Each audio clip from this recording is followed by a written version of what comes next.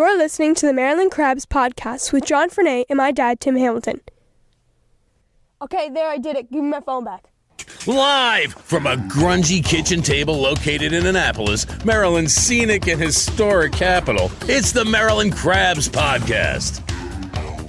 With each episode, your hosts, Tim Hamilton, John Frenay, and the occasional guest will dive in and pick apart the stuff that really matters most to you. We're too lazy to actually solve any of these problems, but we can definitely stir the pot. From schools, politics, parking in the fire lane, to those horrible people who drive BMWs. And here with this week's episode, live from the kitchen table, Tim Hamilton and John Frenay. Did you not? Are you serious? Dude, that was you did. No, we didn't. So we're going to jump right into this. We just did 5 minutes right now, and John didn't press record. So that's why it didn't play. Take a picture. I can't even reach the record button. What the? So we're gonna do this all over again. That's the only time that's ever happened. Now we got it rehearsed. In the last, this is our 52nd episode, and we just had John not understanding what a year was, mispronouncing one of our guests' names, and we missed all of it. Shit. Dang. Next time. So we got to start over again. We're back. Okay. Hey, this is the Maryland Crabs. Yeah, it is again. We've been drinking a little. Do you want me and Kara to just take that? I'm just saying. Do not condescend to us. Yeah. We are celebrating our 52nd anniversary. Episode. Yeah, we got to clink again. That's right. I forgot. Cheers. Clinking again. There Are it we is. recording? Yeah, we're recording this time. Oh, this is We are. fun. The button is solid now, right? Yeah, it's good. The little red blinky thing's going, and It numbers shouldn't are be going. blinky. No, the numbers are going and everything. Okay, good. Yeah. But we're at Metropolitan on West Street, one of my favorite restaurants, with Kara McKendrick, and she loves to drink here. She doesn't know how much what the food's all about, but she says she likes to come here on Sunday mornings and drink because they've got a bottomless mimosa For bar $11. For $11, so it's not bad. And we've got Lee Hurt, Yes, who hello. took a night off from defending Blackwall Hitch from those evil East Puerto Ricans. Actually, they've calmed down, which is like really cool. We love Eastport. You as you should. As we should. It's our neighborhood. It's our hood. As you should. But They're a persnickety bunch. Well, Kara is I love them, but they're a little the persnickety. Annapolis Fork in town, and she's like our local foodie blogger. And we're going to pressure her into doing a foodie podcast soon, but that'll come a little bit later. Do you think she'll ask you to go on the podcast? He doesn't eat seafood, so no. Oh, limiting. Yeah. I don't know. Don't make him feel better about that. That's horrible. He lives in Maryland, doesn't eat crabs. That's just Well, horrible. and his podcast is what? Annapolis That's Crabs. quite a so. contradiction. And he I won't think eat there's a little crabs. hypocrisy somewhere. Yeah. This town is full of hypocrisy, if you haven't noticed. Oh, here we go. Food. Let's talk food. How about that Tani statue?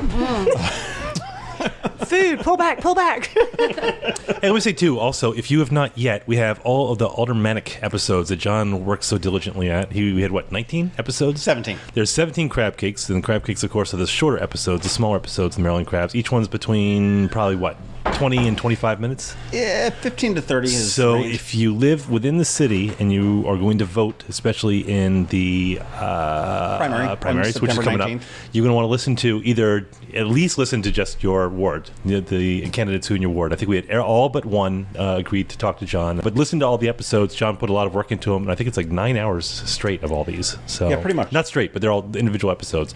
So right. if you subscribe to us, which you should, there'll be your little iPhone or Android should be full of John's voices. And I haven't heard Which them is yet, awful. but I learned something already. I'd never heard the word aldermanic. I thought it was just like something you made up. That's pretty I cool. may have. You may have. I guess we'll find out, but it's it's now because a it's word. awfully close to aldermaniac, and that was it was the first thing I thought of. I'd run if it was aldermaniac. That'd be I like great. that better. Let's do that. That'd be someone just entering a meeting, I'll just correct that. screeching the whole time. But if you don't subscribe to us, you can actually go to the MarylandCrabs.com, and there is a post on there which has actually all 17 of them in one post, so you can just sort of scroll down to whatever ward you're in and read from there. You know, it's interesting too. We were looking at the numbers. We don't tell people the numbers of what people downloaded, but we were trying to see who were the most popular candidates by the number of downloads they had. But I don't know if that's an accurate way to view it. Well, we'll see. But I have a theory. Right now, Julie Mussog's in the league. Yes, she Last is. time I looked. And But Ward 7 has the most interest between the three candidates if you add all up the total number of downloads per interest. So go back and listen to those. They're exciting. But yeah, subscribe to us, give us a rating, give us a review, do all that. Tweet us at MD Crabs Podcast, email us info@themarylandcrabs.com and everything else. But let's just get into tonight because, man, we're celebrating a year of doing this stuff. And we're at Metropolitan. Celebrating is a strong word. What? Nothing. Well, if this is your party, you really anyhow, do we're need gonna our do help. something. We're gonna do something different because Kara, as we mentioned, is our local food blogger. Tim likes to drink. I like to eat. Leah is involved with the restaurants. So what we are doing is we're going to talk about the different restaurants in the area, but we're going to do it a little bit differently. It's going to be sort of a blind restaurant review, real quick, and we've got a bunch of cards here, and we'll just pick a card, just quickly rap about that restaurant if we can, if we have the knowledge about it. Like freestyle rapping. So it's like speed dating, but restaurants. Yeah. And then we'll individually just sort of rate them, not on air, just put a number on the card, and we'll tally it up and put it in the show notes to see who's got the best restaurant of the ones that we selected or the ones that we had time to select. Does that sound like a plan? Yeah, let's do it. Considering why should we have a plan developed before a podcast? Why should we start that now? No, this is the laid back one. We actually have other people here with us, so we're not sitting across the table from each other, glaring at each other. And we'll get a server here, and we'll get some dinner going and some more beers and wines. Kara is drinking a Pinot Grigio, I believe. Yes. And Lee is drinking a red something or other. Pinot Noir. Pinot Noir. She's French. It's pronounced noir, just so you know. Noir. Roll your arm. Tim's got a non-Guinness, and I'm drinking Bud Light. There's a surprise. It's kind of a Guinness. It's nice. All right, so let's do this. I've written names down. Who wants to pick the first card? I will. Well, how did you choose the restaurants? Just some gave me logistics. names, some suggestions. I picked some, whatever. Pick whichever one you want, Kara. He just rolled over your question. He did. He didn't even answer that. Boatyard. Ooh, Boatyard. Boat. I'll go first. I love it. I love their Caribbean jerk chicken. What I don't like about You're it a jerk chicken. is that when they made the addition, it got so much louder when they bought it. I remember back when I used to go there every Sunday night before they had the addition, and it just got so much louder. And it's a real great local crowded bar. Yeah. And I love their menus where you can see the all local pictures and stuff like that and see who you know on the menu. Yeah, they totally win the local market. I mean, they're all about local, and that's good. And I like their food. I like their oysters. The one thing that always hits me is you can't get a toe in their bar on the weekend. It is so crowded, but what great success that is. But it's crowded with a lot of locals most of the time, which is awesome. That's true. And it's great for kids. I will say this. It's a fantastic restaurant for children. Well, Yep, I bring my kids and they have a good time. They don't eat anything, but they'll come in and I will say Dick is a great corporate citizen with all the money that he gives to the Chesapeake Bay Foundation and the Bands in the Sand and all the events that he sponsors and there he has as well. that great full moon party. Mm-hmm. Yeah, I dig What's that? It's a full You'd have to moon go out of your house, so don't worry about it, Tim. at night. Well, I like to know these things just in case something happens. I mean, Kathy could leave me at any time, so I might have to go out. She'll be at the full moon party. All right, well, then I better not go. It'd be awkward. It's just a full every month every full moon they have a great party. Usually Thursday nights. A great idea. I could have swore Boatyard was just on TV too. Like I saw a picture. Yeah, they did. Mm-hmm. Like it was a that. news station. It was it might have been, but they did there was a series on Food TV about restaurants in Annapolis that you could eat on for $35 a day. They had to do 4 meals and 35 and under. Sounds awful lot restaurant. Like it was really. It was good. It was a good series, and yes, they were featured. I was there on Sunday at Boatyard. Actually, I had a friend's birthday and I had the crab cake, and their crab cake is pretty legit. I hear they're spot on. Yeah, that. so just saying, it's a crab cake approved. Kara's got a little bit of claim to fame with me is that I don't eat any kind of seafood. And Jerry Hardesty called me down one time to Middleton's and said, "Hey, I got something new. You need to check it out." And I was like, "What is it?" "Oh, just come down and check it out." I said, "Is it seafood?" And he says, "Well, yeah, it's a new crab cake we made." I said, "Oh man, I don't eat that crap." And so I said, "Can I bring somebody as a stand-in?" So I brought Kara with me. Like as a pinch hitter? Yeah, and she ate it, and between her and Jerry, it was like total peer pressure and a little bit of alcohol at the bar. Said have a taste of it, and I did, and it wasn't horrible. I think I even have a picture that I posted on the Facebook. It was definitely a face picture. It was like the kid eating strained beets or something. Pick that up and come in I want to and see repost it. that Yeah, one. Oh, do let me that. make a note. But it was. I like that when they used to have, I don't know if they still do it. It was the designation that each restaurant had. They had a sticker or True something Blue. like that. True Blue, exactly, because they were using Maryland crabs. I don't know if that's fallen out of favor. No, they lost funding of that, and it's just sort of. That sucks because I actually it's still did there, that. but it's kind of not. Did you see today? There was in the paper, or it was on Twitter, I think, where Phillips, their plants in Indonesia are under investigation for like the abuse of What are they importing workers or something. Chesapeake Bay crabs illegally? No, but that's why I really resent the fact that Phillips has a presence in Maryland as like if you go to BWI and you're buying crab meat to leave, it's a Phillips cooler that's there. But they're working on bringing in local the last Phillips? time. That's only for flights. I don't hear That's working. only for flights going to I've New heard Orleans. about I don't want that gerund. Venezuela. I heard. They just do it. I mean, there's plenty of crab. I mean, I don't hear the excuse there's not enough crab. At least you can get the Carolinas or even New Jersey or anything. But if you go to local, really seriously, Yep. Again, every week. always. even our guests, they turned off their phones. Not me. You're the worst. Do you guys want to be my new host? All right. Let's move on. Lee, you want to pick another one? Yes. Whichever one. Okay. They don't fan out like. Do it before his phone cards. goes off. Here we go. Let's take Pit Boys. Pit Boys. I was honestly thinking about them today because I pass by them all the time. Well, they have the new location on West Street on Forest Drive. On Forest Drive. They do have the new location, and we went there. I guess I went there earlier this year. I want them to make it so much. You're right where I am with this. Yeah, I really want it, but my meal was not what I would want. It just wasn't what I would hope for. So here's what happened.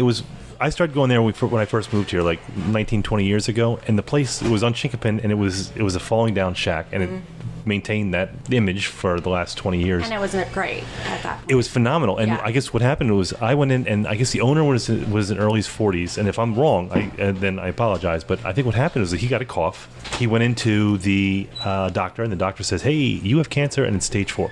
So I think, and if I'm wrong, I apologize, but he had died, and I think that his employees had bought it, and after that, it was okay. It was fine for what it was. They had the Hammy Sammy, which was a chicken breast with ham and cheese on top, and it was fantastic. And then I think it took them for about 3 or 4 years. They were looking to move down to an area which was designated as, or I guess in the deed, that they couldn't open up a food location there because it was an old 7-Eleven and it was written into. Right. So they took a big gamble and they litigated this while they were building it, and luckily they got it through.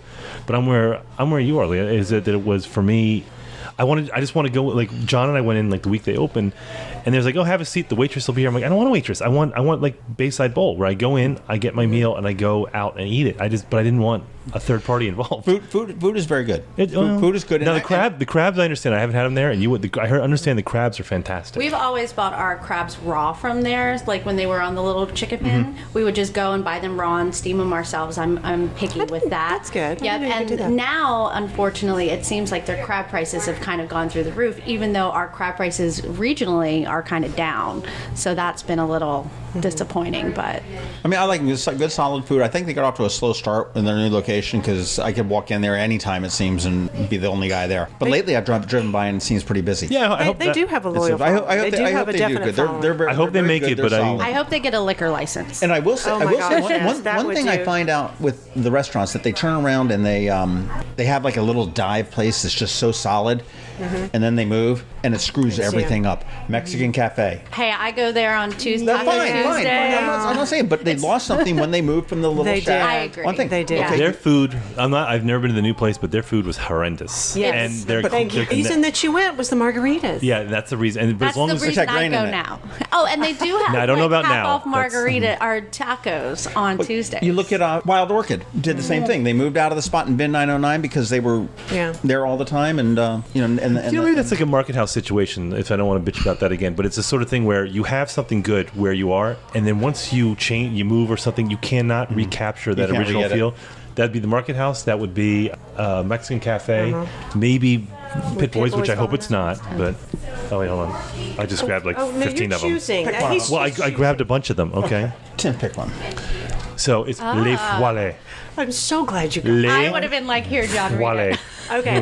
Les Follies. Less Follies. I went there for the first time in a really long time, about 3 months ago. My husband and I went, loved it. It's phenomenal. Oh my gosh. Souffle, I had not been yay. in a while. I was shocked. I have bitched for years and years that Annapolis does not have a true 5-star restaurant, and Leopold is right there. Do you know what's funny though? You go in there and like the first time I went, I was nervous because I was looking at the decor and I'm like, this is kind of cheesy. It was very Mardi Gras, but the food is exquisite. We get these mussels with these garlic things that are so potent that people are smelling me for days after that, and I love them.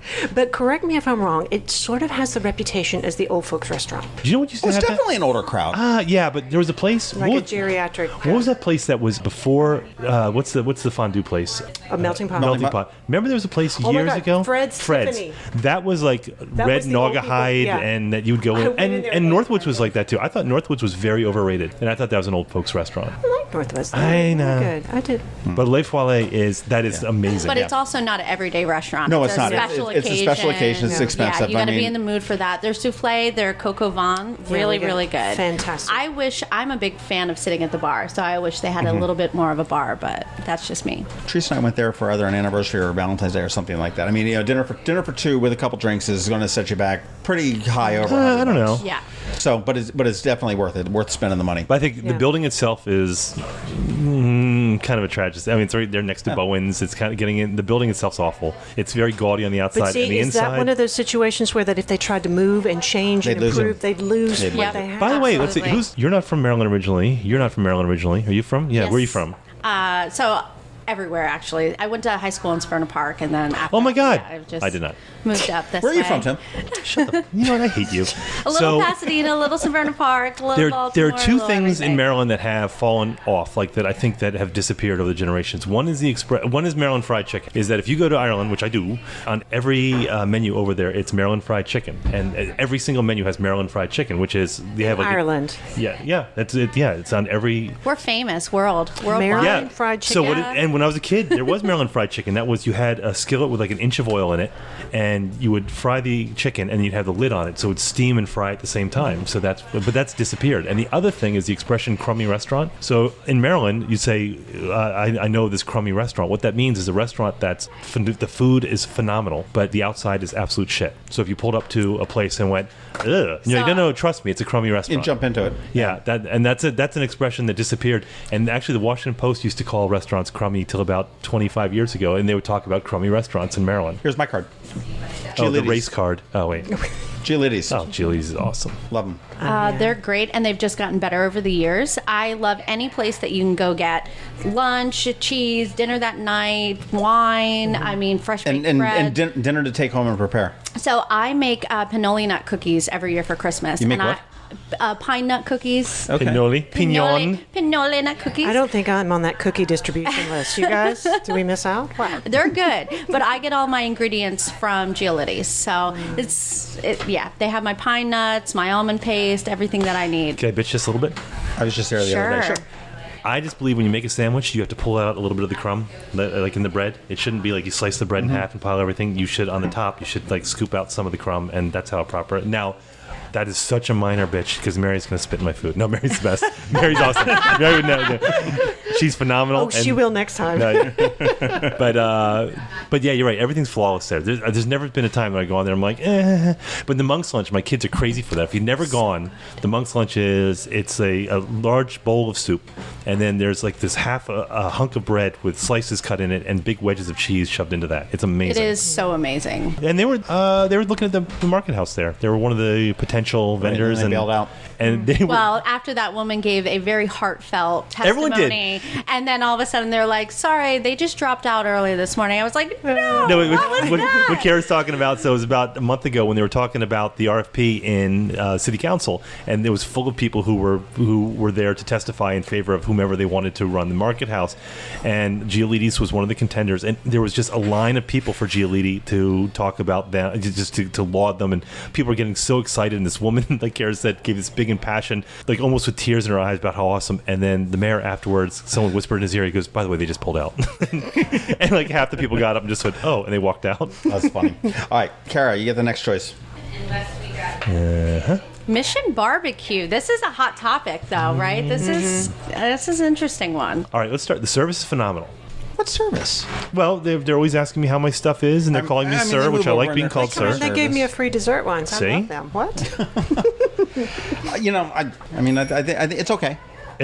It's good. It's okay. They got a cheddar jalapeno sausage, which is pretty good. I really like that. Yeah. And people didn't really realize this. I think they were like, "Oh, it's a chain. It's a chain." It's actually a local chain, though. So it's a local chain we should be supporting, and it supports our troops. And they have a great community. I agree, and maybe my barbecue taste is just a little bit off, that I don't like it, because I mean, here's a place that started in Glen Burnie of all damn places, and they're bringing their shit down to like Tennessee and North Carolina. So apparently, I'm from Alabama, so I have definitive barbecue taste, and Mission is just a little bit off of what I grew up with. It's fast casual barbecue, though, right? Yeah. Well, it's solid, but my problem is the same place with the smokehouse. Is that I want a sauce with kick, and no one has it. That's my one complaint. Smokehouse, the barbecue itself is more like what I grew up with, and the sauce, I have yet to find a sauce that kind of hits it right, because I'm used to like the vinegar based sauce, and they do. I thought that's a Carolina thing, and there's like two sauces in Carolina. Are we as far north as you go with barbecue? Once I don't know. Once we go north of here, I don't like Jersey, See, if Pennsylvania. we had laptops, we'd be Googling that. Well, this is good. We don't have. We are doing this like it's 1987. That's what. It's okay. That's in my point. You guys like it. That's fine. So the sauce, the Old Bay barbecue sauce there is actually pretty good on their fries. There you go. Yeah. I know our friend Just Gene saying, Deems those are my two recommendations. Here it is for me, is that there's a couple categories of restaurants, or there's probably two. Is that if you call and said, hey, you want to go to lunch? I'll say, yeah, let's go here. And there's other place going to say, if you said, do you want to meet at Mission? I'd say, yeah, okay. But I probably wouldn't suggest it. Right. There's probably a bunch of places in front of it. But it's good. It's solid. Yeah, it's good. No. Okay, Lee. All right. Picking another card. Picking an orange one this time. Oh, the orange. Oh, not the orange one. Okay. Oh, wow. Flamant. Not all of us can speak to this one. Yeah, no, I can't. I'll sit back on that. That's the new restaurant in West Annapolis, just opened up. Sounds Belgian. It is. Frederic Depew. Pepe's cousin. Okay, Flamant. Belgium is like the Europe's Delaware. He closed two. I know he closed two restaurants in D.C. Okay, well that's sort of negative, because he opened them too. So you just shouldn't put the negative spin on it. Well, he did. He opened two and closed. He closed them right after Valentine's Day, and he's been concentrating on this one in West Annapolis, which I hear is just phenomenal. I've heard good things. My verdict is still out. And I love waffles. Have you been? I have not been, and I usually give people some time. But again, it's also a special occasion restaurant. It is. It's higher. Oh, it's high end. I could not wait. So we made reservations and went. And the thing I love about this is it's chef owned. The menu is chef created. I mean, there's not like a corporate. There's not a board. He created his own menu. It's simple. It's clean. The prices are high, but it's creative and it's fresh. It's very different.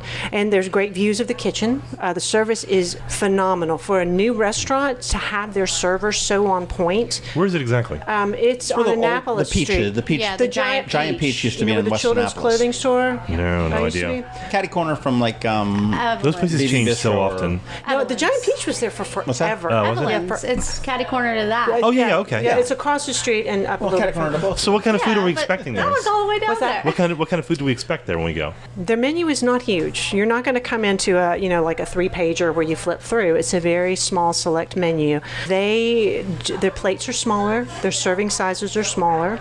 The thing that I love the most was they did a Maryland crab roll where they used like a wrap with Maryland crab in it, and they were like cigar shaped, and they had this incredible sauce with them. But is it like a French base or German combination? It's Belgian. It was supposed to be Belgium influenced, and it is. Oh, you guys keep saying Belgian like I know what that is. I defy anyone to tell me what Belgian food is. So look, it's fresh. Waffles. There. Now Go to Flamant, you'll figure it out. And all of that, but. Take your credit card. Yeah, it's expensive, but you know what? I think it's worth it. I'm excited. And if you do call to make a reservation, ask for something in view of the kitchen, because that's just fun. Well, that's what I've heard. I said that don't go hungry because you're going to leave hungry, and that's not a bad thing. That's just because the portions are not big. I mean, it's not like most restaurants where they're going to heap this giant portion. Well, you on talk so much about 5-star restaurants in Annapolis. John. Oh, that's there you go. Flamant is of that quality, and that you're not going to go get an Iron Rooster size portion. That's not what they're about. They're there for the creative aspect of it to let. It's more about flavor than quantity. I totally get it. I can't wait to try it. It's fantastic. I'm looking forward to trying it too, and I love any place that has a chef table. We do not have enough chef's tables. I'm not going to go because you guys all made me feel stupid about not knowing about Belgian cuisine. Well, you don't leave your house. So I hate you all.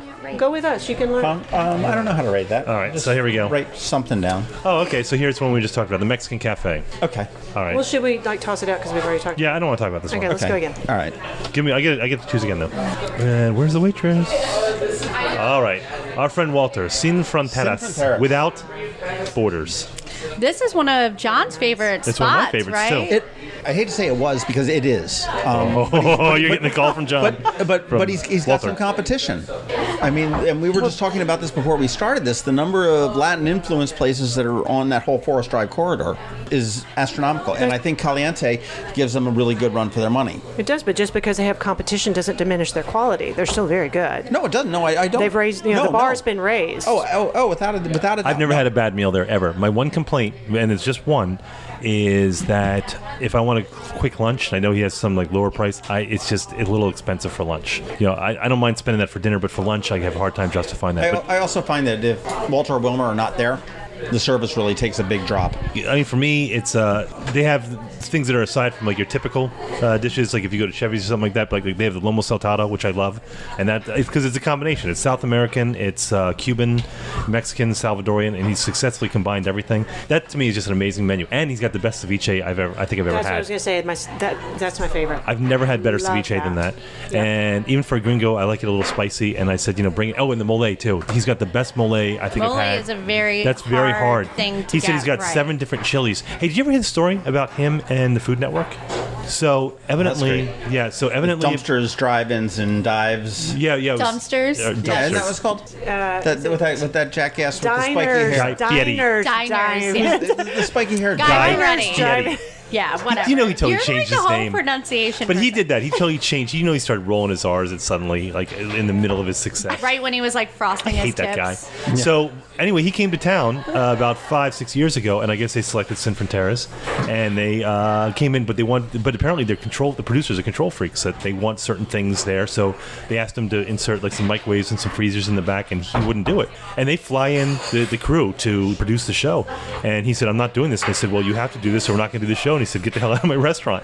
So they went downtown and visited another restaurant here in town, and I don't want to take away from them. It was Galway Bay, but they which is excellent. So if we don't choose them, they're excellent. But but Walter threw driver's out of his restaurant because he didn't want to change to and that guy deserves to be thrown out of any number of restaurants too. I know, but as a PR person, that would be really hard to let go of. You got to appreciate the cred that is for Walter. All right, my card. But it's phenomenal. My card. That's one of my favorites, by the way. Ooh. Go, John, go. Eastport Kitchen. Oh, I remember your first experience. You got a history, my friend. I'll throw it right out there. I hate it. It's only going to. It will succeed. It's only going to succeed because of its location with Watergate and Eastport, within be able to walk within that distance. I have gone there. I've had no good meals, and the times I've gone there, it's been okay at best. I don't think the price is very good, and their breakfast bomb sandwich, which they market a lot, and this is going to sound really stupid, but we're used to it. Too much eggs and too much ham on it. It's almost too big, to be honest with you. But yeah, no, it's too much lobster. I just don't. Okay, coming from the guy who was talking about scooping out the bread on a sandwich. Be on my side for once. Stop. If I have we're to talking meet about somebody John there, I will. But I'm not going to go there on my own. Okay. So I think I went with John the first time, but in all fairness, they just opened. They'd been open a week, so True. We went back. I've gone back a few times because we have a mutual friend. Jared loves it. So whenever Jared wants to go to lunch, that's where we go. It's in that list of places that if you say, hey, you want to meet there? Yes, I'll meet you there, but I wouldn't suggest it. First of all, because I miss the old Eastport Deli. We don't have a decent deli in town. I'm not talking about Giolitti, which is a good Italian deli. We don't have a good Jewish deli in town, and I loved Eastport Deli because that was as close as it came, where you get Reuben, you get a Rachel. But I was willing to give them the benefit of the doubt, and it's one of those places I don't think it's bad. It's just not for me. It's just not. But people love it. They didn't Jared have Wi-Fi the last time I tried to go with Mr. Annapolis Fork, and he was not having it, so we did not stay. But the first time I went, he didn't want to talk to you. We working breakfast. I think you got to work on your relationship. Exactly. But I did have a kimchi hot dog when they first opened, and that was actually pretty good. It was pretty good. I like to order the different things on the menu, and that was not bad. I have not been back since. There's no driver for me.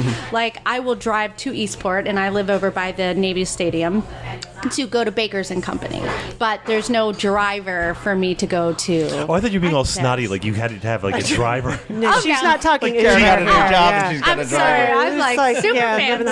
I gotta say, I'm only dining what a snot you are. Okay, let me just stand up for him. I love Eastport Kitchen. Why don't you marry him? I've ordered maybe they'll be my next job. But I like it. I like the sandwiches. There's some creative stuff on there. I mean, and that's the thing too. I think that's the problem is that if you're looking for something standard, like something basic, they do a lot of the California kind of style as far as a lot of avocado or stuff like that. So if you're not into, Jared gets the Cobb salad. I don't know what a Cobb salad is, and frankly, I'm not interested. And that's not their problem. That's my problem. And you can get scrapple on your sandwich if you want. Did you know that? I wouldn't have scrapple if you paid me. I'm just saying, kimchi hot dog.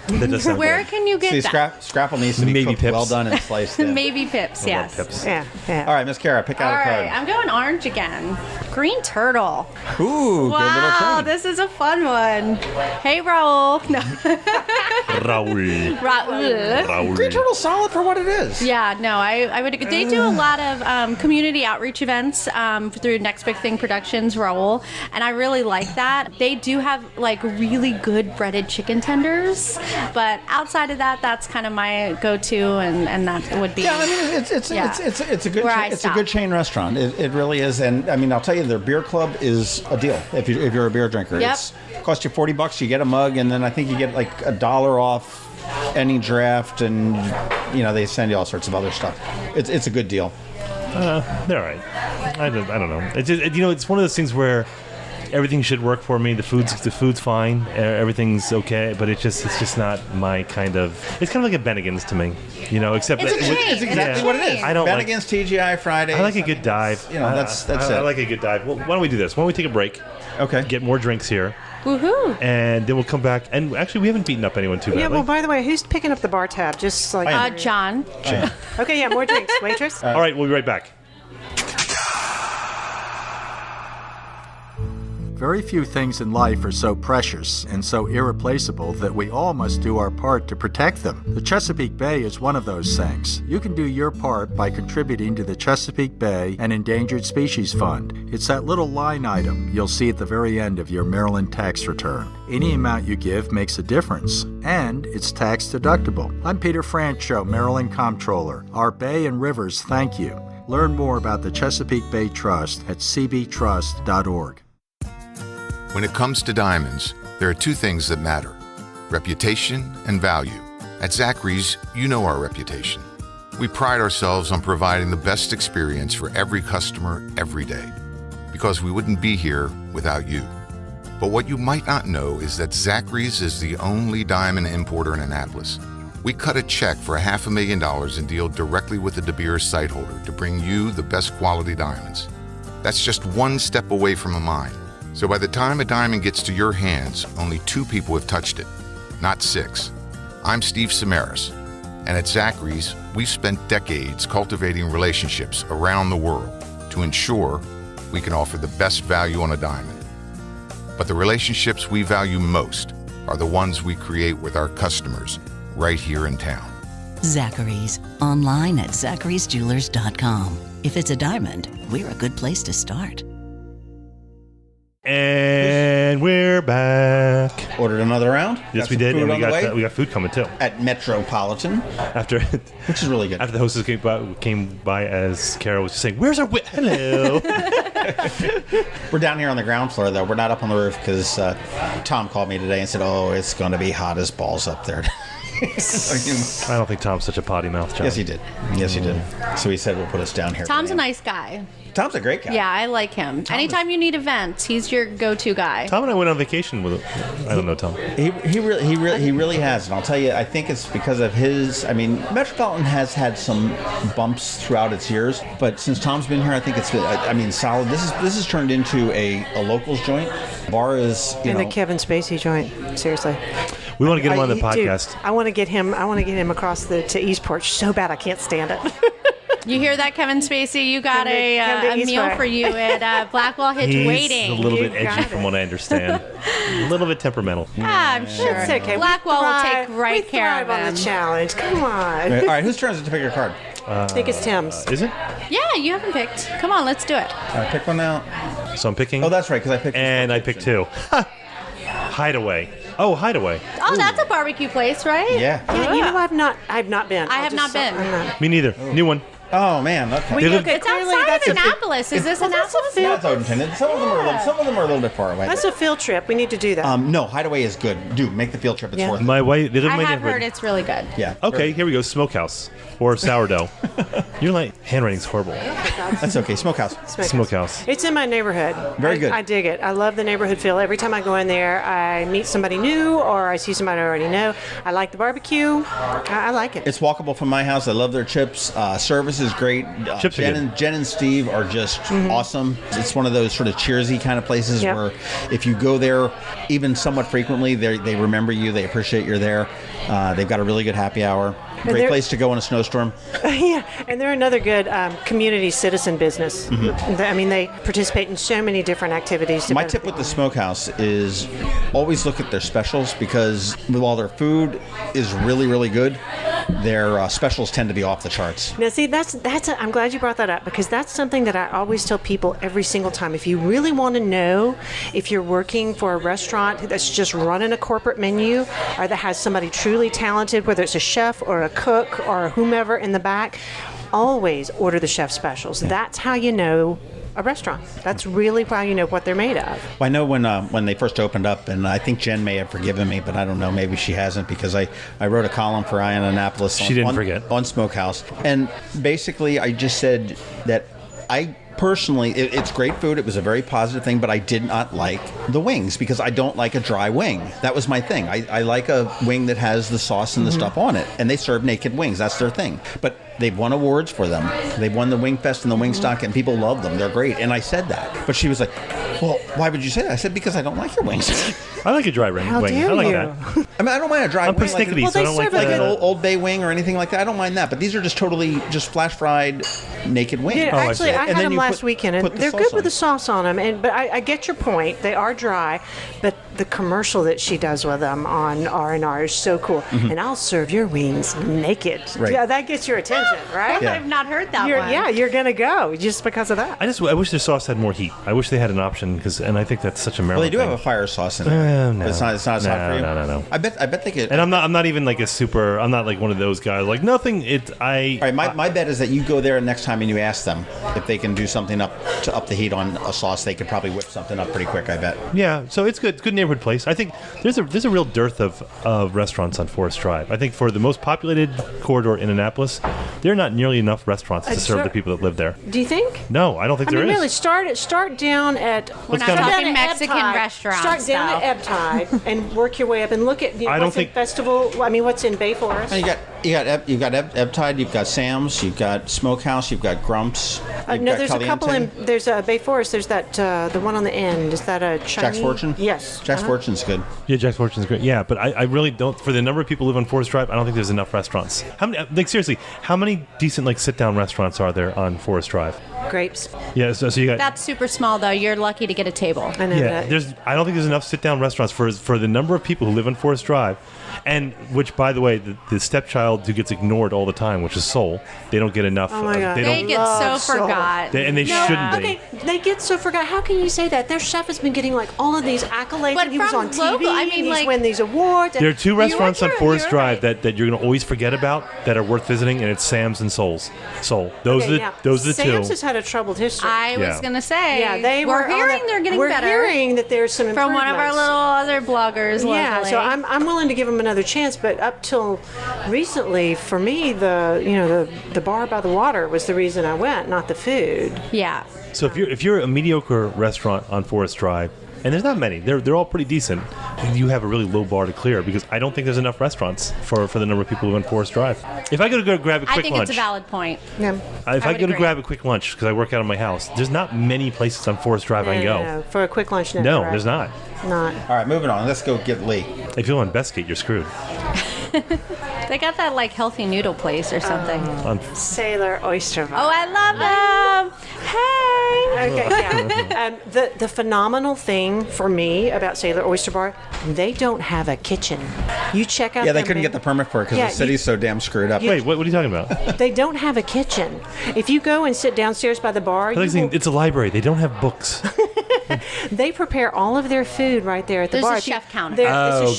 Gotcha. They put out amazing food from that chef counter, and you can watch them do it. The avocado toast is awesome. Oh my On God. Sundays, they do dollar oysters. So, yeah, they are. And they have a drink. Good. You would appreciate this, the Skull Crusher. Oh, we after Boatyard brunch, we were why, there why on does Sunday. Kara appreciate drinks called Skull Crushers? This is a real story here. Well, it's cheaper than a Kara and I counselor. hung out together. We know this. No, I was at there. I ordered the Skull Crusher. The waiter came over and he started to put it in front of the gentleman at the table, and he goes, "No, that's the ladies' drink." And the waiter actually gave me a high five. Oh, that's awesome. Yeah, so that's the kind of drink it is. Yeah, and let's just say the staff is pretty awesome, and it's the same staff that rotates out with Tsunami. So some of those people are just absolutely great. Yeah, I would not go there just because of the name, because I don't do.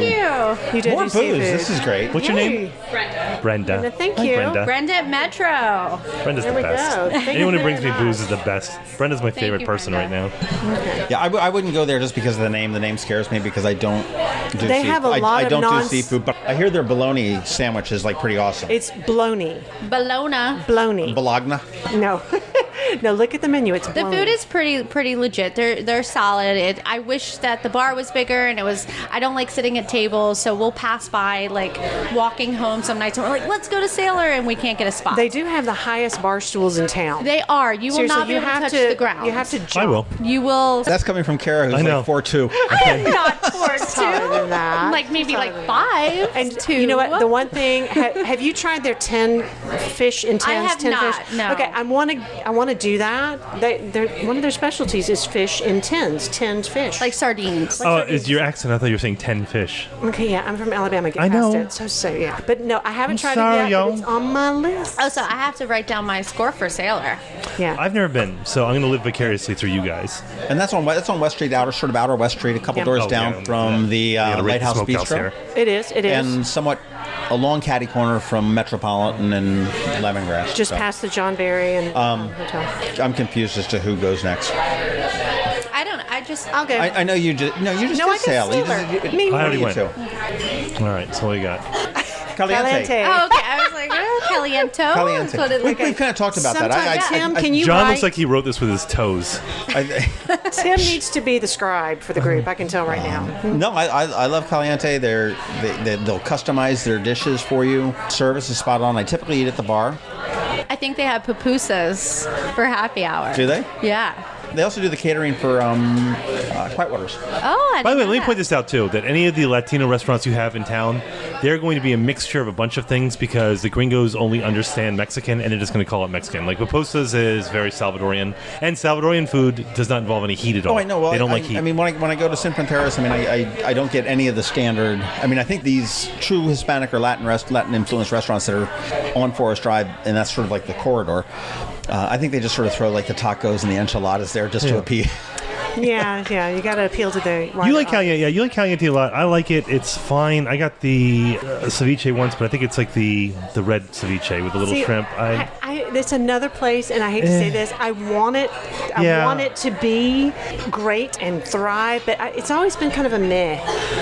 It's good. But it's one of those, like, I'll go, but that's like, I think I'm where you are. I want it to be a little bit better. Their guacamole is good. I like their guac. So yeah. They got a big area, too. And the bar, what? Oh, we're I don't deciding think you to pick pick, John. No, I'm going to do one. I got one. Okay, let's go on moving. You mentioned it before, Galway Bay. All right. Well, let me just say this. As someone who goes to Ireland like every 2 years, there's no such thing as Irish cuisine.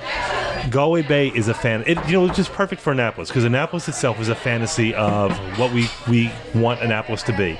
Annapolis as it exists now is nothing like the Annapolis of the history, with like the dirty water and the overhead lines and everything like that. Galway Bay is a perfect example of the crush of Irish restaurants that we had 12 years ago. There are no Irish restaurants like Galway Bay when you go to Ireland.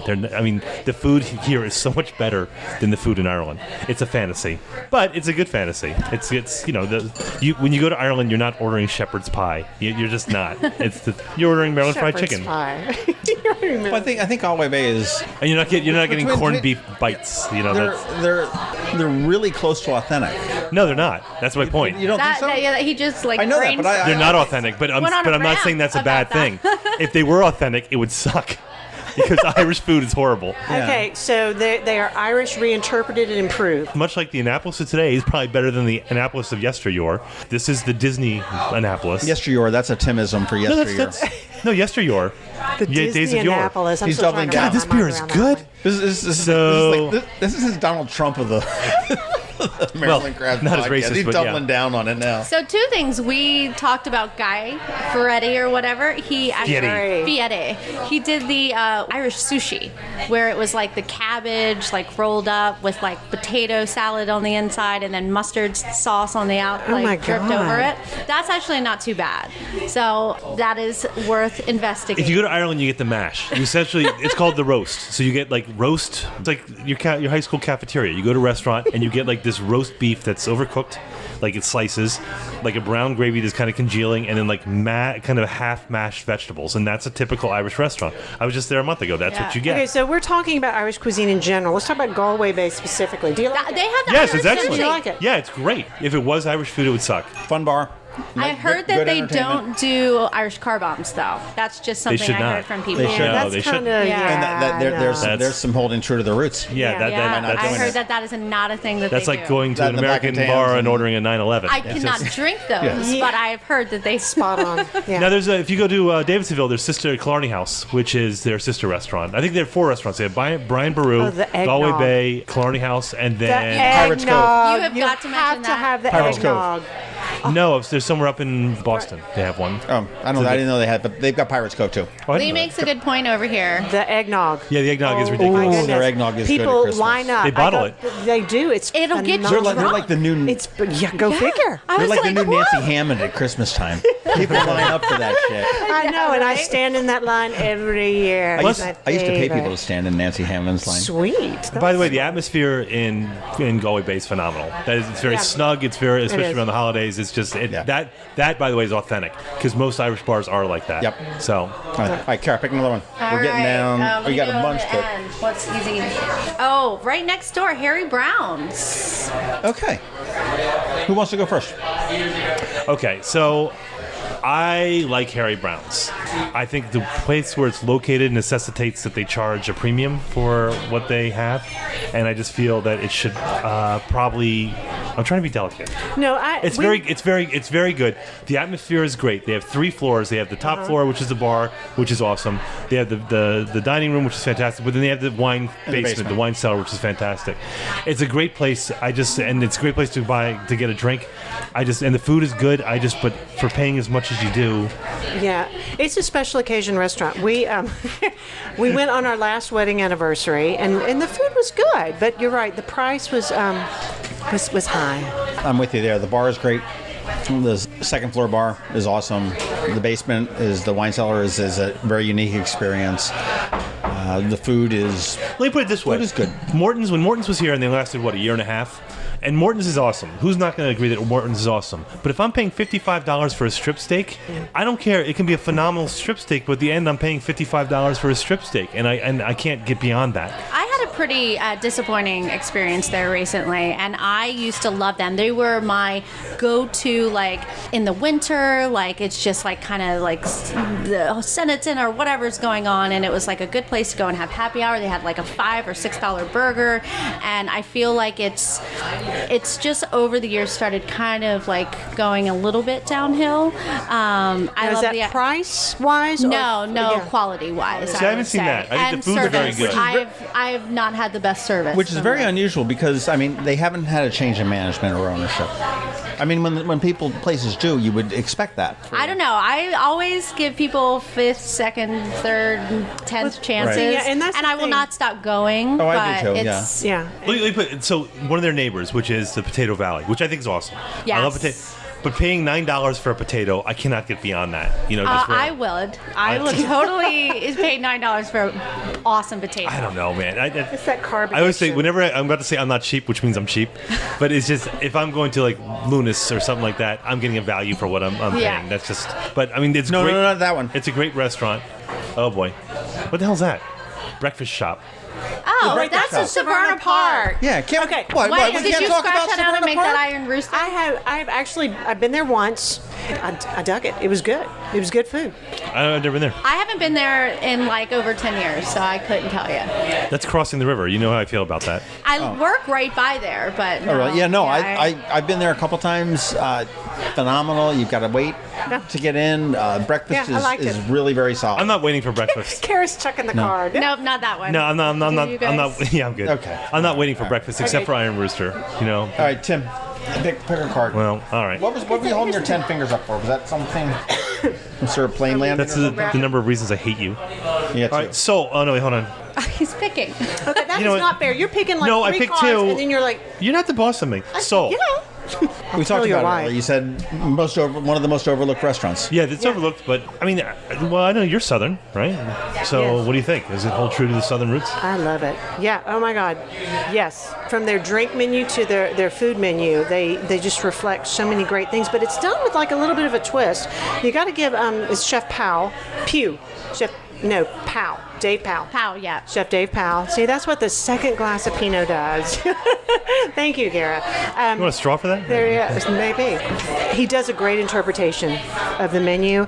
I love the small Is it one of those plates. things that where, like I was talking about with this Galway Bay, is it a real representation of Southern food, or is it an interpretation of it? It's an interpretation of it. Is it a real Is it like really Southern food? It's not deep fried enough. I gotta be honest with you. When I'm in the South, which I love, after about a week, I'm like, I need to get something that doesn't make my arteries hurt. Yeah, I know. You can feel them close up. Yeah, and absolutely. So no, this is an interpretation. Just clean that up. Sorry.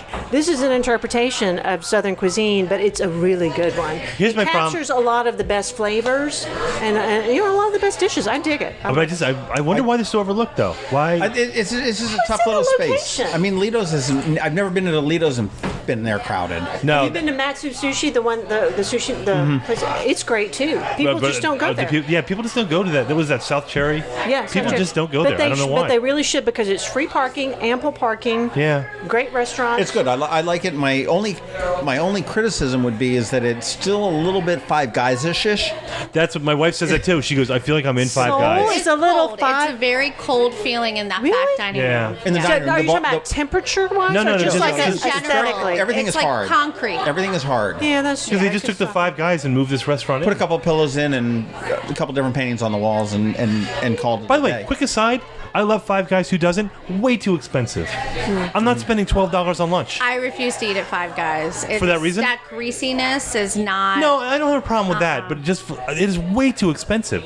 But people love it. The food's great. But not for that price. Now, Seoul is good. Their pricing is where it is. Another criticism I have, and I don't know whether they've had it before because I haven't been there with somebody lately, but I know it's small plates and they serve one after the other, but when people are having specific entrees, they had a tough time getting them out together. So when Teresa would have like some fish meal and I wouldn't eat, and I would have like the steak, which is very good, the fish would come out like in 3 minutes and the steak would be like 10 minutes later. I've experienced that too, but and that's just sort of a small plate thing too. If you're rolling with the small plates concept, which of course my 14-year-old son did not understand the small plates concept that you get plates to share. So make sure if you're bringing children, you explain these are to share. He's got his arm wrapped around it. No way you're getting this. He's like, why is this entree so small? I think I'm going to need 2 of these. Yeah, you can't have this. This is not enough. All right, Tim, now my turn. We'll get this one. Boom. It's out of the area since you guys have vetoed that. That was a good one. Okay, wait, let me peek at it. Which Gina's Cantina. I couldn't even talk to that. I have not been. I've seen it. Another good one I'd like to review, but it's also out of the area. Oh my gosh, that's on my list. Noxie's Table is on my list of things. Where the hell are you guys going to? Go there. Because John has recommended it. I'm going to try it. This is well done, John. We're just blowing through this. This is Annapolis crabs? Clearly. Is that where we are? Here's a restaurant that's in Hagerstown. Maryland crabs. Maryland crabs. Oh, gosh. Yeah, but I don't travel anywhere. Oh, there's another one. There's another one. I'm about to handwrite stuff in. Wait, what was that one, though? Wait. Would you like to... All right, there you go. Sam's Waterfront. This was that was Park Time. Okay, Sam's Waterfront, from my experience in the past, the food quality was not what you would want from that kind of restaurant. But I have heard very good things and very good reviews that they have made some changes. I've had them recently, and the food was excellent. I've never had a Kobe burger before. I had a Kobe burger there. I am glad to hear that, because I want to go back. It's another one of those places. It's an excellent location. It's right there. Great access, great parking, and there's boat and there's waterfront. I want it to be awesome. But that's one of those places that they're tucked so deep in Annapolis, people forget that they're there. I think they have a very solid following within Annapolis, Chesapeake Harbor, rather. They do, and they have a captive, market right there. People walk. A lot of people walk, or they boat. Okay. This is Miss Kara's turn again. Oh, I got you. Severn Inn. You're doing it, Tim. Great view. What on the Severn Inn? That falls into that category that I feel like I'm paying more. Special occasion. Yeah, but you do expect to pay a little bit more for a view. Honestly, I don't think there's anything wrong for charging a premium for a view like that. My thing I disagree. Okay, well, if you're going to charge a premium for a view like that, your food has to match. You got to walk the walk. Yeah. Severn Inn is owned by the same people that own Libations up in Millersville, and it actually has pretty close to the same menu as well. So you can save an awful lot of money by going to Millersville and eating next to the Maritime Car Wash. Yeah, I disagree about the whole, and that's what annoys me in general with Annapolis businesses or Annapolis restaurants. We've talked about that before. Is I think if you get down to downtown Annapolis, that I think a lot of the restaurants coast on the fact that they're downtown. A lot certainly. of them do, and you'll see that anywhere. Times Square is another perfect example. But I feel that a lot of the restaurants that are on the water kind of coast on that, and I don't like that. It's also high rent. I mean, if you think of it that way. Severn Inn is good. Like for me, I don't like spending $30 an entree, and if I don't want to spend $30 an entree and I still want to experience it, I try to go on happy hour. Like they have some great deals. Go on happy hour, get you a crab dip, sit out there, enjoy the view. The happy hour here is wonderful. Yeah. And one thing I will say is that I've been there twice. The first time I went there, they seated us in the dining room, and it was a fairly expensive meal. It was somewhat surprisingly expensive, to be honest with you. Very good. But when I walked out, I said, boy, it would have been nicer to kind of eat in the bar because we were both like dressed in shorts and jeans or whatever it was. And they said, oh, well, you could have just asked. I'm like, well, your hostess maybe should have asked whether I wanted to sit in the dining room of the bar, and I would have seen it because the menu was very similar. It wasn't exactly the same, but I probably could have gotten what I had in the dining room in the bar. Are you kidding me? They want to seat you in the dining room. Can I say something about hostesses, too? I got a chip on my shoulder when it comes to hostesses. I do. They're all like 19, 20, 21, and just like they're dressed to the nines. And whenever you ask for a table, there's like 5 of them standing there like they are trying to decipher Rosetta Stone. All of them are packed over this map. Wow. Going, I don't know. You have to understand They're always stunned and surprised that I want a table. Restaurant industry, so she can speak to why it looks like they're scratching their heads. I mean, because it's... Don't defend them. Yeah, I'm going to defend them. And I'm going to talk about... A lot of them they're really great, but they're usually college kids. Everybody in the world, every restaurant in the city would adore finding a middle-aged hostess who would work and develop relationships with clientele. That's the ideal. I want one who calls me honey. That's what I want. Yeah, darling, come this way. Exactly. I don't want a 19-year-old scratching her head going, I don't know. Because someone that's not tipped out, that's on, like minimum wage. A lot of times. You're going to get the college kids. You're going to get those rotating people. High turnover. Yeah, it is. And they're doing the best they can. No, they're not. I don't like them. Restaurants try their best to keep the You've just been shut down. No. I put on my earbuds. I was listening. Right, pick a non-hostess restaurant, would you? Okay, yeah. Let's see how that works. Putting it down. Oh, goodness. Buddies. All right. I'm going to go out on a limb here on this one. And I've told Kevin Blonder this before. I said, you guys have the best mediocre restaurant in town. And that's exactly what it is. I mean, it caters to the tourists, which is fine. I mean, everybody's got a business model. Yeah. Their fried chicken is actually very good. I'll put Buddy's Fried Chicken up against Royal Farms any day. Stop. Are you kidding me? No, absolutely. And you know what? You said Royal Farms. Oh, it's awesome. Rofo chicken. Have you not? Have you not had Rofo chicken? No. Oh, you're missing out. Oh, you must. Yes. Yeah. I will take you. Yeah. Okay. Yeah. It's that good. Road trip. When Royal Farms was looking to go into Stevens and it looked like it was going through before Mission Barbecue came in, Buddy's, which also operates Market House, said, we need to up our game. And they bought the same types of fryer things that Royal Farms has, but their fried chicken. They did that for chicken alone? I've had Royal Farms. They're awesome. Do you see Rofa? Rofo. Oh, stop. Rofo. I didn't know what that is. I'm like, I'm missing something. I've never heard that. Kids call Royal Farms. Okay, I've had me some Royal Farms chicken, and that is awesome. So you're saying it's better? Yeah. I don't know if it's better, but I'll put it up. I heard their breakfast is really good. I heard their brunch is awesome. I like Rural Farms chicken. Buddies? Buddies brunch is great. I mean, I heard that. It's cheap. Here's the thing. When I first moved to Annapolis it's buffet sitting in the pan. The omelets are good. Yeah. But I walk by, I see tourists with hammers just slamming crabs, not knowing what they're doing. I have no way. But hey, you know what? Everybody needs a niche, and you don't see locals going there for crabs, but that's fine. You see tourists coming in, and that's what they want, and that's what they get. And who else in the City Dock area serves crabs? Thank you. Some people have tried it, but not everyone has succeeded at it. And I'll tell you another thing that's horrible, by the way. I will go on about that. The fact that we don't have any real crab houses in town. Initially, that's what I wanted to. Well, we have tried it, right? Right. Well, Phillips was there. Phillips is not a crab house. Phillips is the Antichrist. I know. They're worse. I get you. There's not a real crab house. I get you. Okay, how many beers has he had? Not nearly enough. Hour 2 will be a lot more entertaining. Where's our waitress? Where's Brenda? Don't we have flatbreads coming? One last thing I want to say about Buddies, though, my son told me this, is that they're not afraid to try things, and they've got this late night thing going on the weekend, starting at 10 or 11 o'clock at night. It's this whole big, exactly, the EDM light thing and everything else.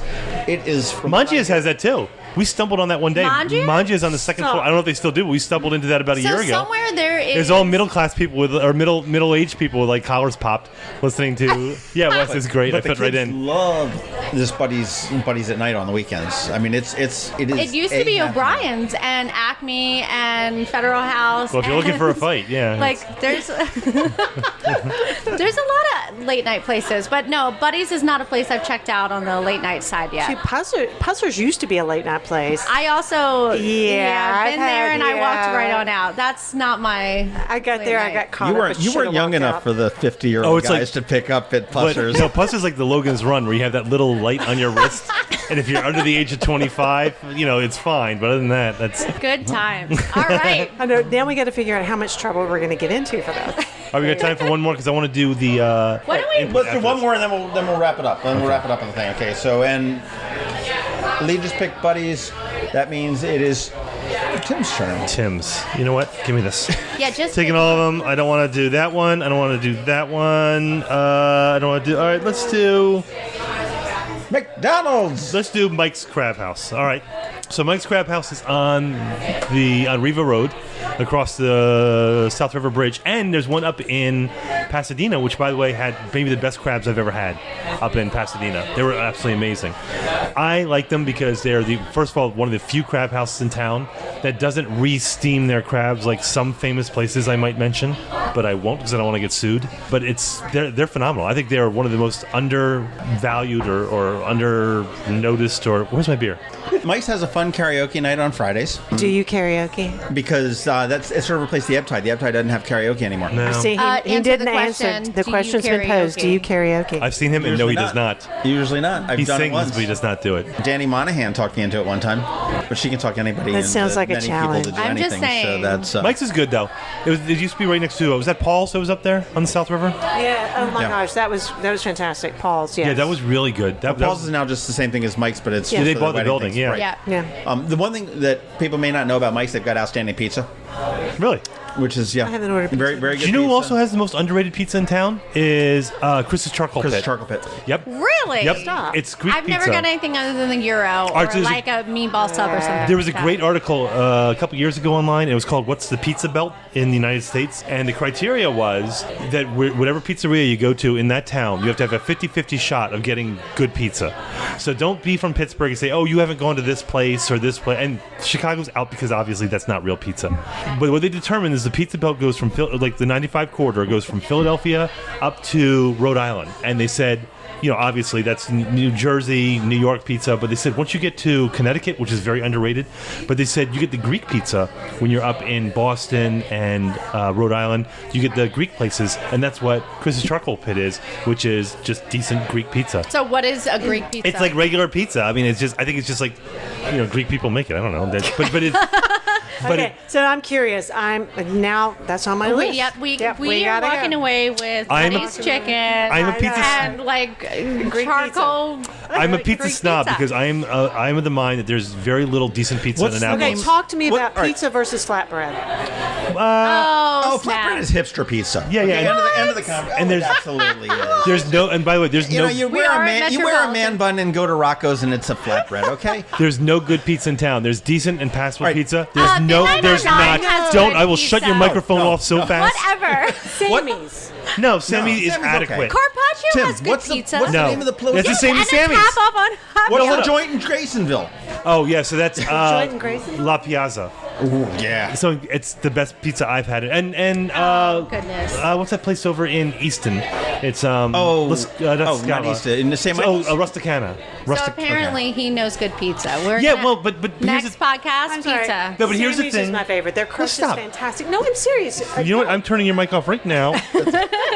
But it's like when Leehu, she doesn't exist. When Squisitos came to town, I divorce you. 20 years ago, they made pizza that was decent. It was passable for Annapolis. But then they gave that recipe out to everybody. So if you go to any restaurant in town, it's the exact same as Squisitos, and it's all passable. It's like if you go get a fresh pie, it's fine, But if you go get a slice, it sucks. Everyone sucks. But in all fairness, there's not a good slice of pizza except. They had Mama Lucia's about 15 years ago, which was at the Harbor Center. That was proper pizza. I don't know. Harbor Center? Was that ever? Yeah. Depending on how much you've Mama had to Lucia's drink. No. The drinks are right out. Mangia might be pretty good, depending on how much you've had to Mangia's? drink. People were supposed to be open to feed the drunks, and no one else is open to feed the drunks. So Mangia gets my vote on late night. But Graysonville, go to La Piazza. Mangia had a Fra Diavolo pizza, but they don't have it on the menu anymore. They have empanadas too. Back when Maria owned it, Charlie. I don't know. I eat me some Mangia sometimes. The Fra Diavolo pizza, which is a very, very spicy pepper, jalapenos, and spicy sausage, was really very. What's a decent pizza being sloppy is like Grotto's, believe it or not. Yes, I agree. I got to give a shout out to Happy House Pizza and Subs in Edgewater because they have good pizza. I have heard that. Happy House has good pizza. Where is that? That's on Mayo Road. Yes, on Mayo. It's in a little strip shopping center where there's the pet shop and there's the brass on ivory right in there. Okay. Yeah. Right, sort of across from like Rita's and all that. Actually, it's 129 Mayo Road, Edgewater, Maryland. And this episode brought to you by Happy House Pizza in Edgewater at 129 Mayo Road. Okay, now they got good pizza. Enough about this. So here's what I want to do. I want to go, everyone. We decided not to do the top 5 because that was just going to be too hard. It's Sophie's choice. Math. But I want like the one restaurant, maybe 2, that you have that just doesn't get any credit. It's kind of your go-to place that no one thinks about. I don't know. I'm going to start because that's my question. Okay. I'm going with El Cabrito. El Cabrito, which is right next to Brewster's and right across from Clock Tower. They're newer in the they've been last year, right? El Cabrito used to be a food truck. And they still are a food which truck. is still a food truck. It's up across from Chevy's next to the Atlantic gas station. And I tried to order food there, and they did not speak English. They do not. But if you go to their store, but if you go to the restaurant, I gotta tell you that is authentic Mexican. It's not your typical American, which you have 5 ingredients that you just switch up. That's a burrito. That's a quesadilla. It is proper Mexican street food. It is absolutely amazing. That is my go-to place. I go there a couple times a week, and for under $10, you're getting a full lunch with 3 tacos. It is phenomenal. El Cabrito on Forest Drive is my go-to place. I love it. Want to marry it? Okay. Well, I don't know about my go-to place, but I think one restaurant that you don't hear a lot about is Basmati. It's in the little strip shopping center by Duke's World right of next Golf. to Chevy's. Right next to there. Right. And they have a fantastic lunch buffet. I mean, I think it's like $11. And I'm not that familiar, with the Indian cuisine, but they lay everything out, and you have, everything is labeled, so you know what you're eating, and you get to sample everything. It's a good deal. It's a good meal. Steve Gunn, when he used to be the editor of the Capitol, he and I used to go there every quarter to have it, and that was one of his favorite places. It's very good. It's the only Indian place in town now, right? They had a great Facebook meltdown. Now the place on West Street's closed, Yeah, the place on so the only one. Early on, they had a great Facebook meltdown. Apparently, there was some management breakup or something like that, and the guy turned around and said, "Oh, this place sucks. You don't ever want to go here. We peed in the, It went on, and they were like, "You son of," and they didn't understand what was going on with Facebook, but they were going back and forth arguing. You son of a bitch. I love a good Facebook meltdown. It was great. My wife and I have to fight more on Facebook. Yeah, I'm not such a big fan. All right, Ms. Kara. So one of the places, I mean, it's not my go-to, but I do believe that they have pretty good breakfast. Right up here down the street, across from Miss Shirley's, is Reuben's. Ooh. And is what? Never been there. Reuben's. You know what? Oh, you know what? I've always Most heard people about that. have never been there. No, and that's why I bring it up. Is a lot of people have never. So been it's right there. across the street from that really overrated and expensive place, Miss Shirley's, right? And people are in a line forever and ever, and just walk across the street. Our food's here. You have Reuben's. You can get. We'll just toss this on. What's your favorite? Goat cheese. What do you? Steak, egg, and cheese. Try to get extra steak because it's good. Because steak. But they also have, omelets, and it's a really good go-to place. They also have Maryland Lottery, so if you're feeling lucky, you can play some lottery. That's a crummy place. It's a crummy place. And they have, Budweiser and Bud Light. For breakfast, which is my favorite. So you can sit there and get you a lottery ticket, get you a steak, egg, and cheese, and drink you a Budweiser, and you are good to go for the day. I'm going to go. So they do not get there. enough, attention. It's not the best food in the world, but hey, it's local, it's here, it's been here forever. Don't be afraid, try it. All right. That's awesome. I'm doing that. This flatbread here is awesome. And I've got my man bun on to prove. By the way, flatbread, here's the difference, is the crust is very dense. That's what I'm going to just tell you. That's the difference between that and pizza. And just drop it all over yourself, John. My underrated place for food, I gotta think. No, for getting the oil change. Ed Tide doesn't get the love that it needs. Their food is outstanding. I love me some Ed Tide. Their burgers are great. Their chili is great. Whenever I get in a fight with my family, that's where I go. So it's like French 5-6 times a week. French dip is really good. Other than that, other places that we didn't talk about that are some of my new favorite is the Lighthouse Bistro, and a lot of that is due to the story behind it, because I really like what they're doing and what the story is behind it. I'm a little bit chick that they took a lot of their flatbreads off of the menu, and but they have a creative menu. They do. It's just a good menu. That's not why they took them off. Well, let's be honest. Anyone who's doing good work will evolve their menu, change it for season, change it for taste. And if they're not doing that, and you see the same thing all the time, to me, that's not growth in the restaurant. And bottom of west of Main Street. The other one that never really and it hasn't worked on a local level, but I think it should, and it's overlooked, would be Baroque. And I know Teddy Folkman has left there, but they're pretty solid. Never done it. I have a bartender I love there, so. Oh, your husband's gonna be tipped. Is it the guy or the girl? Guy, Jamar. Yeah, with the long dreads. Oh, he's awesome. He's great. He will take care of you. He is friendly. He's knowledgeable. You have to. I mean, there's a few reasons people go back to places. The food is consistent and it's good, or the service that they get is just awesome, and the people are great. And you sometimes can go back to a restaurant because the people are great. Well, see, and that's it. You can have like okay food. You can have okay food, but if you have top-notch service where people feel a connection to it and your name is remembered, you will go back again and again, even though the food's just kind of okay. Jamar's great. I remember about the film festival. Came back and we got to meet Jamar. You need a bottle of wine because you don't feel like standing in line. He makes you feel so special and so great, and he is fabulous. Yes, love him. Got to meet him. All right, so we got yours. Okay, you've got Basmati over there. You've got Reuben's over here. You've got El Cabrito. El Cabrito. Which is Spanish for the Cabrito. Tide and Lighthouse. So what are you guys most excited about, though? Because we got a lot of restaurants on the horizon. Oh, Chewy's. I'm not excited about either of these new sort of faux Mexican guys coming in. And burger places. That's like a burger place is opening every 5 minutes now. Your Burger, Cali Burger. BJR. All kinds of BJR burgers. joint. I mean, you look at barbecue places. I want a good Eskimo restaurant. We have no good Eskimo restaurants in town. Well, it's not like you need to open an authentic like Seal Meat Irish. Lover. It's just I will say in general, though, I mean, I've been in Annapolis for 20 years, 21 years now, I guess. And I think the food scene has really elevated. Yeah. Absolutely. And I think, certainly, I think... Vin 909 and Lunas, I got to throw those out there, too. I love those places. I think Gavin and Jody have a lot of culpability in that. Well, it's all the evolution of the Food Network. I mean, people now want to know where their food comes from. They want to know their chefs. They want to know where this is, what the origin of this dish is. And that's a good thing and a bad thing. But, yeah, people want to know. And seriously... 10 years ago, did you know the name of a chef in Annapolis? Probably not, but now chefs have risen up to the forefront. You also have to remember, dining out used to be a treat, a special occasion, something that not many people did, or you did it only if you had money.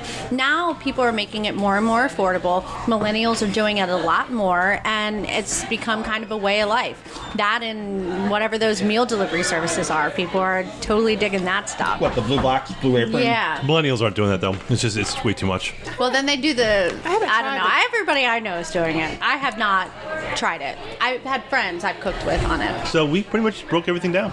We did. What we're going to do, we're going to add up. Everybody wrote down their score secretly on the cards. So what we're going to do is we're going to average out the numbers on the cards. We're going to rate all the restaurants that we talked about. I will specifically call out Kara's votes because she is the food critic in town. No! We'll leave her home phone number and address. But if people want to get a hold of Kara, whatever your name is, this beer is great. Where do they find you? What are you drinking? That's local, isn't it? It's a nitrous. Come on, Naptown Pint would be proud. It is a milk stout nitro, so it's kind of like a Guinness, but it's not a Guinness. But it's really good. Mine's like hops and urine. Bud Light. You know. But no, if anybody wanted to find me, I have AnnapolisFork.com. However, I don't update that anymore because everybody has ADD and they're more social media based. So it's just Google Annapolis or search Annapolis Fork on Facebook and you'll find me there. I'm also on Instagram. So yeah, Annapolis Fork, baby. That's it. Seriously, check it out. She's got some good insight and everything else there. Leah, you find her usually just like drinking at the Blackwall Hitch, right? Pretty much the bar. That's me. And don't forget to go check out all those episodes that John did with the Aldermanic for Leo. Aldermanic episodes. There's 19 of them. John did a phenomenal job. 17. And I did a lot of the moral support, one of us is drunker which is than the hardest part. The moral support is the big part of that. So, I mean, John did some work, but it really came down to me. But you can find us on Facebook. We have a group and we have a page. You can find us at MD Krabs Podcast on Twitter. I'm at Tim Hamilton47 on Twitter. John is at Annapolis. So definitely find us there. Do subscribe to us. Go to Annapolis Podcast or Apple Podcasts and go to Google Play so we get delivered to you every week. We have a bunch of our episodes. They come out every Thursday at noon. But we also have our Crab Cake episodes. We've been doing a bunch more of those that come out throughout the week whenever we feel like doing them. So we have a lot of content out there. Mm-hmm. A ton, right? And check out Liz Murphy, Naptown Pint. Yep. Is putting out a new podcast. Now, I don't know when. Yeah, I'm excited for that. There. I'm excited for that. Yeah. The Naptown Pintcast. Kara will be starting her podcast too. Sort of later on in the fourth quarter of 2017. And Scott McMullen at the Annapolis Podcast, the godfather of Annapolis Podcast. I'm just lurking. I'm going to be guest on everybody because you pick up the bar tab. You can just be like co-host like this. Like you couldn't do a Tweedledum Tweedledee here. Like this is awesome. All right, so let's we're going to end this and then we're going to talk smack about people. Okay? Awesome. Bye. All right, thanks guys. This has been the Maryland Krabs Podcast with Tim Hamilton and John Fernay. Sure to follow them at all the regular places, Facebook, Twitter, YouTube, and online at themarylandkrabs.com. Take a moment to rate us on iTunes. Now, get the hell out of my kitchen. Seriously, go! You're still here? It's over. Go home.